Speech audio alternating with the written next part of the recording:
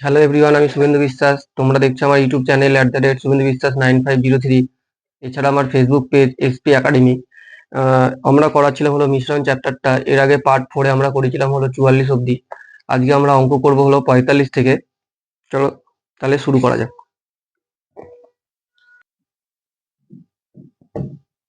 35 নম্বর অঙ্কটা দেখো, বলেছে দুধ পূর্ণ একটি পাত্র থেকে 20 লিটার দুধ তুলে 20 লিটার জল দ্বারা পূর্ণ করা হলো। আবার পাত্রটি থেকে 20 লিটার মিশ্রণ তুলে 20 লিটার জল দ্বারা পূর্ণ করা হলো। ঘটনাটি আরো একবার ঘটানোর পর পাত্রে দুধ ও জলের অনুপাত 8:19 হলে প্রথম পাত্রে কত লিটার দুধ ছিল? তাহলে দেখো অঙ্কটা কতবার করেছে, এটা 3 বার করেছে। তাহলে দেখো আমরা কি করব, ধরো x লিটার দুধ তুলে নিয়েছে, x লিটার দুধ ছিল, তার মধ্যে বলেছে 20 লিটার দুধ তুলে নিল বাই টোটাল মিশ্রণ হলো আমাদের x সমান সমান দিয়ে, দেখো অনুপাত বলেছে 8:19, তাহলে 8/19 আমরা লিখতে পারি। যেহেতু অঙ্কটা আমরা রিভার্সে করছি, কি করব, এই 8টা 19-এর সাথে যোগ করে দেবো। যোগ করে দিলে দেখো এটা কত হবে, 27। এবার যেহেতু এই নিয়মটা এরা কতবার করেছে, 3 বার করেছে, সেই জন্য আমরা কি করব, এর সাথে কিউব করে দেবো। এর মাথায় কিউব দেবো, এর মাথাও কিউব করে দেবো। দেখো কিউব, দেখো 2-এর যদি 2-এর কিউব কিন্তু 8 হয়, আর 3-এর কিউব হলো 27 হয়। তাহলে আমরা এটা কিউব তুলে দিই। কিউব তুলে দেওয়ার পর কি হবে, x - 20/x সমান সমান 2/3। কিউব উঠে গেল। এবার আমরা কোনাকুনি গুণ করে দেবো। দেখো 3 দিয়ে দেখো 3x মাইনাস 3×60 সমান সমান 2 দিয়ে একসাথে গুণ করলে 2x। তাহলে দেখো 3x এই মাইনাস 2x টা দিয়ে গেলে হয় -2x সমান সমান এটা -60 দিয়ে গেলে হয় +60। তাহলে দেখো x এর মান আমাদের বেরোলো কত, 60। তাহলে প্রথম পাত্রে কত লিটার দুধ ছিল আমাদের? অপশন সি হয়ে গেল রাইট অ্যান্সার, 60 লিটার। 46 নম্বর অঙ্কটা দেখো কি বলেছে, দুটি পাত্রে দুধ ও জলের অনুপাত, দুটি পাত্রে দুধ ও জলের মিশ্রণের দুধের পরিমাণ যথাক্রমে 20% ও 40%। পাত্র দুটি থেকে মিশ্রণ নিয়ে একটি গ্লাসের 2 অংশ ও 3 অংশ ভর্তি করা হলো। গ্লাসের দুধের ভাগ কত হবে? দেখো এই অঙ্কটা ট্রিক্স আমরা করব। দেখো তাহলে কত, প্রথম পাত বলেছে 20 লিটার, 20% দুধ, তাহলে 20% ইন্টু, দেখো 2 অংশ ভর্তি করেছে, এর সাথে আমরা 2 গুণ করে দেবো, যোগ, তারপরে বলেছে 40%, 40 ইন্টু, দেখো বলেছে 3 অংশ ভর্তি করা হয়েছে, তাহলে 3-এর সাথে গুণ করে দেবো, বাই দিয়ে টোটাল আমরা কত অংশ ভর্তি করলাম। দেখো 2 অংশ আর 3 অংশ, তাহলে হচ্ছে কত, 2 আর 3 আমাদের যোগ করলে কত, 5। এবার দেখো 20 দুগুণে 40 যোগ 3 40-এ 120 বাই হলো 5, 40 আর 120 যোগ করলে 160 বাই হলো 5। 5 দিয়ে কাটাকুটি করো, 3 5-এ 15, 5 দুগুণে 10, তাহলে আমাদের হচ্ছে কত, 32%। তাহলে আমাদের অপশন ডি হয়ে গেল রাইট অ্যান্সার। 47 নম্বর অঙ্কটা দেখো কি বলেছে, আগের মতো এটা 3টি পাত্রে দুধ ও জলের মিশ্রণে দুধের ভাগ যথাক্রমে 20%, 40% ও 60%। একটি বড় পাত্রে যথাক্রমে মিশ্রণ 3টির 30 লিটার, 30 লিটার ও 40 লিটার নিয়ে ভর্তি করা হলে নতুন মিশ্রণে দুধের ভাগ কত? তাহলে দেখো প্রথমে হলো 20%, তার মধ্যে বলেছে 30 লিটার ভর্তি করেছে, তাহলে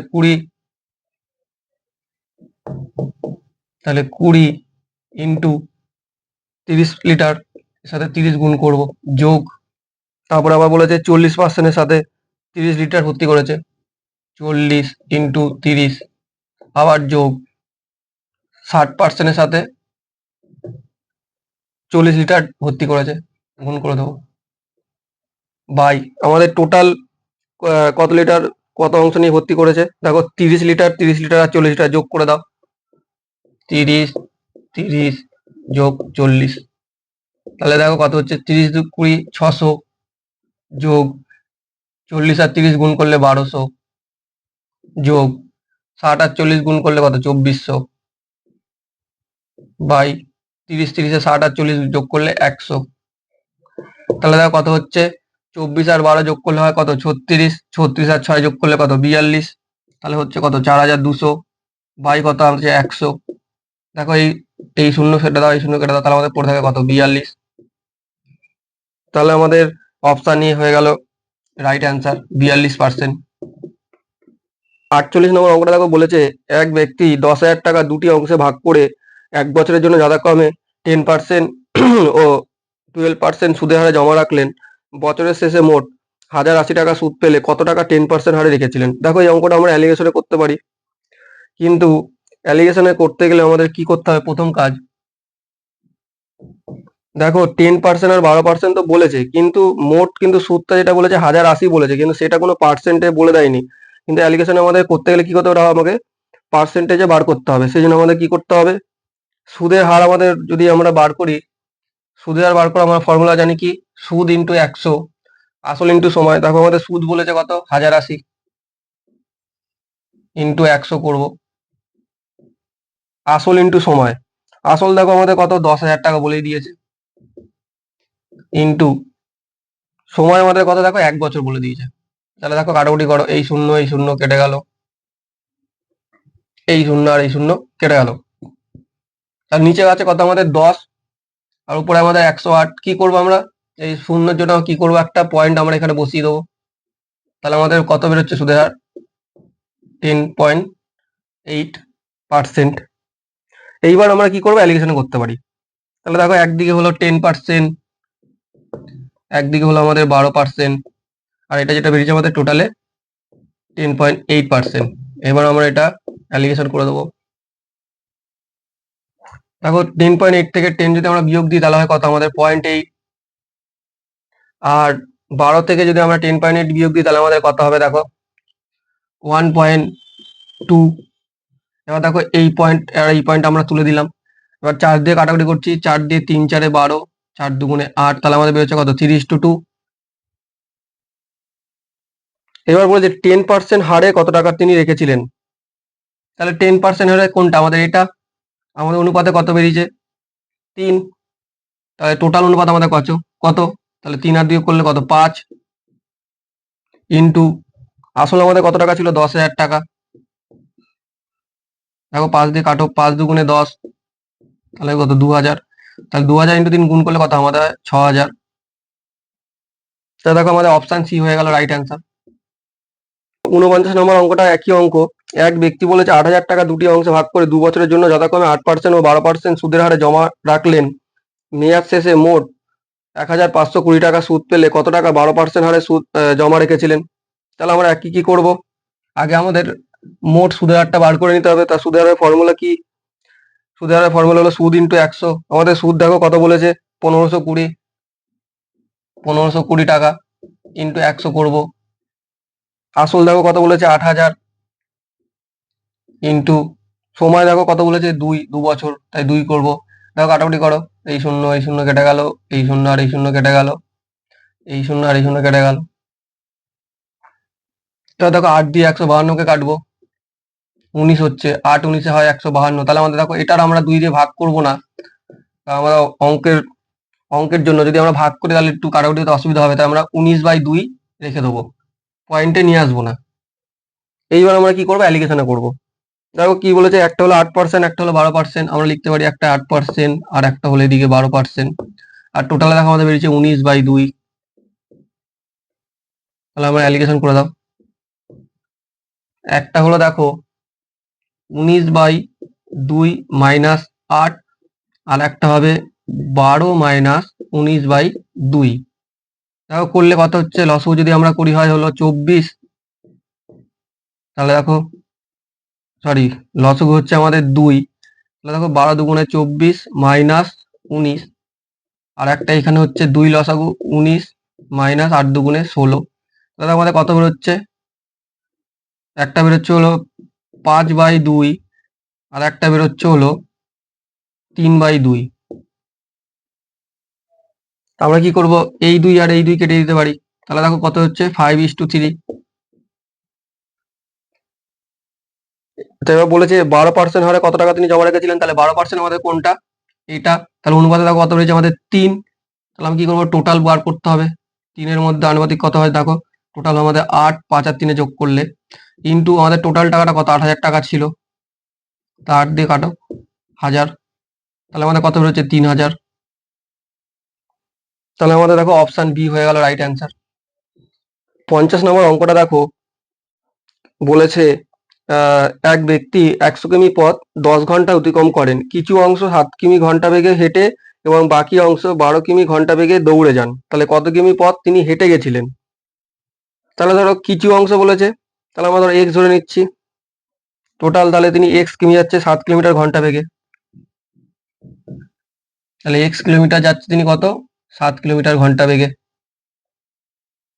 যোগ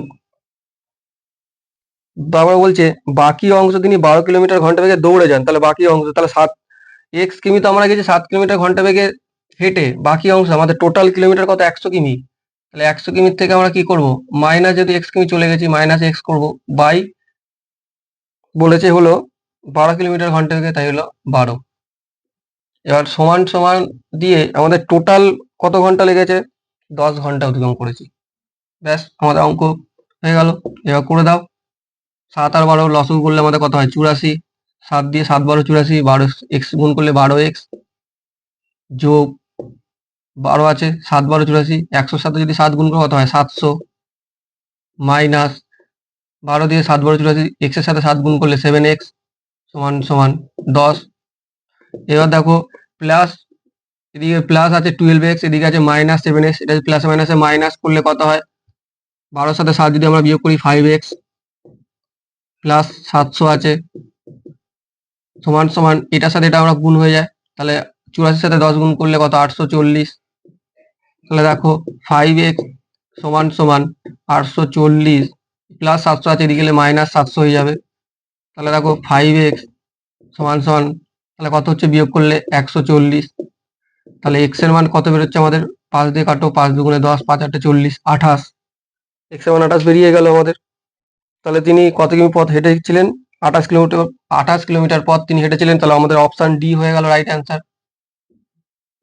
দেখো এই অঙ্কগুলি আপকামিং ডাব্লিউপি কেপি এছাড়াও আরপিএফ এই পরীক্ষার জন্য খুবই গুরুত্বপূর্ণ অঙ্ক, তাই যদি তোমাদের অঙ্কগুলো ভালো লেগে থাকে তাহলে অবশ্যই চ্যানেলটিকে সাবস্ক্রাইব করে দিও, লাইক করো এবং বন্ধুদের মাঝে শেয়ার করো।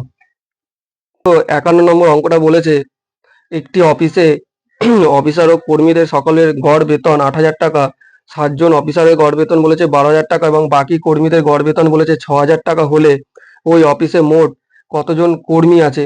তাহলে দেখো আমরা কি করব, একটা করবো বলেছে সকল কর্মীদের গড় বেতন বলে দিয়েছে 8,000 টাকা, 7 জনের বলেছে কত 12,000 টাকা, তাহলে আমরা এটা অ্যালিগেশনে করতে পারি।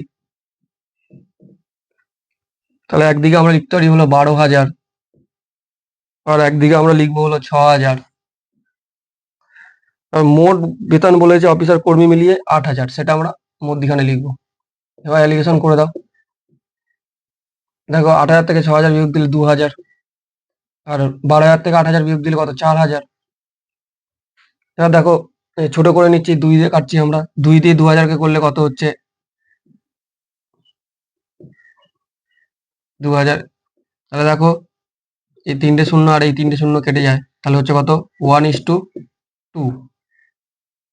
এবার দেখো বলেছে 7 জন অফিসারের গড় বেতন 12,000 টাকা, 12,000 টাকা দেখো আমাদের অনুপাতে কিন্তু কত বেরিয়েছে 1, তাহলে বলেছে 7 জন, এটাকে আমাদের কি করতে হবে 7 করতে হবে, তাহলে এর সাথে আমরা যদি ইন্টু 7 করবো তাহলে দেখো 7 বেরোচ্ছে, যেহেতু অনুপাতের একদিকে 7 দিয়ে গুণ আর একদিকে আমাদের 7 দিয়ে গুণ করতে হবে, তো এটা 7 দিয়ে গুণ করবো, তাহলে দেখো 14। এবার বলেছে যে অফিসে মোট কতজন কর্মী কাজ করছে, তাহলে দেখো 7 আর 14 মোট বলেছে, তাহলে আমরা কি করবো দুটো যোগ করে দেবো, তাহলে দেখো যোগ করলে কত হচ্ছে 14 আর 7, তাহলে হচ্ছে কত 21 জন, তাহলে আমাদের অপশন সি হয়ে গেল রাইট অ্যান্সার। 52 নম্বর অঙ্কটা দেখো, 52 নম্বর অঙ্কটা খুবই ইন্টারেস্টিং অঙ্ক, একটু মন দিয়ে দেখো নাহলে অঙ্কটা বুঝতে পারবে না। দেখো অঙ্কটা বলেছে এক ব্যক্তির খরচ ও সঞ্চয়ের অনুপাত 3:1, এবার বলো খরচ বলেছে 3 আর সঞ্চয় বলেছে 1, আমরা আয় কি জানি 3:1 বলেছে, এবার দেখো আমরা আয় জানি কি, তো আমাদের খরচ আর সঞ্চয় যেটা আছে সেটা হলো আমরা টোটাল যেটা হয় সেটাই হলো আমাদের আয়, তাহলে দেখো এই দুটো যদি আমরা যোগ করি তাহলে আমাদের আয় কত বেরোবে? 4। তাহলে আমাদের যদি আয় 4 টাকা হয় তাহলেই না আমরা 3 টাকা খরচা করছি আর 1 টাকা হলো আমরা সঞ্চয় করছি। এবার এই অঙ্কটা আমাদের সুবিধার জন্য আমরা কি করবো, এগুলো সব সাথে 10 গুণ করে দেবো। তাহলে আমরা কি করবো, এটা 40 ধরে নিলাম, আর এটা আমরা 30 ধরবো, আর এটা আমরা 10 ধরবো। তাহলে আমাদের টোটাল আয় যদি 40 টাকা হয়, তার মধ্যে আমরা 30 টাকা খরচা করে দিচ্ছি আর 10 টাকা সঞ্চয় করছি। এইবার আমরা অঙ্কটা করব। একদিকে আমরা লিখবো হলো আয়, একদিকে লিখবো হলো আমরা খরচ, আর একদিকে লিখবো আমরা হলো সঞ্চয়।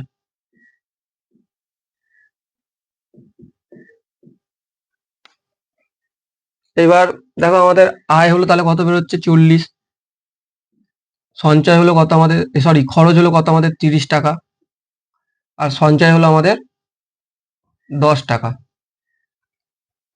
এইবার দেখো অঙ্কটাতে বলেছে তার আয় 10% বৃদ্ধি পেল। তাহলে আমাদের আয় ছিল 40 টাকা, তার মধ্যে 10% বৃদ্ধি মানে কত লিখতে পারি আমরা? 110 বাই 100।